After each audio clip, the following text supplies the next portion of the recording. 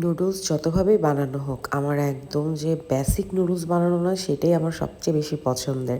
আসসালামু আলাইকুম, সবাইকে নতুন একটি ভিডিওতে ওয়েলকাম করছি। আজকে ইনস্ট্যান্ট নুডলসের কোরিয়ান স্পাইসি যে ফ্লেভারটা, এটা রান্না করব।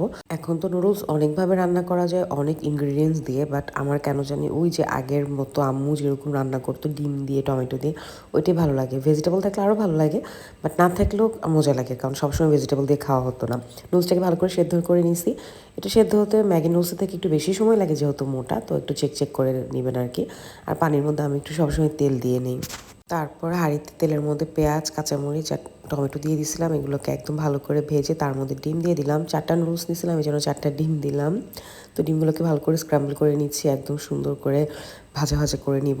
আর আগেই হচ্ছে আমি নুডলসের যে এক্সট্রা মশলা প্লাস ড্রাই ভেজিটেবল ছিল, সেগুলোকে আলাদা একটা বাটিতে নিয়ে নিয়েছিলাম। তো ওই সব কিছু আমি ডিমের মধ্যেই দিয়ে দিব। ডিমের মধ্যে আমি লবণও দিয়ে দিয়েছিলাম। একদম বেসিকভাবে যে নুডলস আসলে কী শিখাবো, নুডলস রান্না বা কী রেসিপি দেখাবো, তাও বলতেছি আর কি, যেভাবে আমার পছন্দ।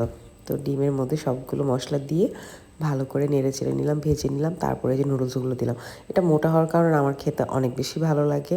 সাথে যে স্পাইসেসগুলো থাকে এগুলোর জন্য আরও বেশি ফ্লেভারফুল লাগে, মানে মজাই তো। তারপরে যে ভালো করে মিক্স করবো, সবচেয়ে স্ট্রাগলিং পার্ট হচ্ছে এইটা, কারণ ভালো করে মিক্স হতে চায় না, মিক্স করতে অনেক অনেক ঝামেলা লাগে। বাট লাস্টে ফিক্স তো হয়েই যায়, যত স্ট্রাগল করবেন তত তাড়াতাড়ি, বেশি তাড়াতাড়ি ফিক্স হয়ে যাবে সব কিছু সুন্দর করে। তো এই যে আমার নুডলস রান্না একদম কমপ্লিট। এটা রান্না করতে আমার বড় জোর 15 মিনিটের মতো সময় লাগছে। Thanks for watching. আল্লাহ হাফেজ।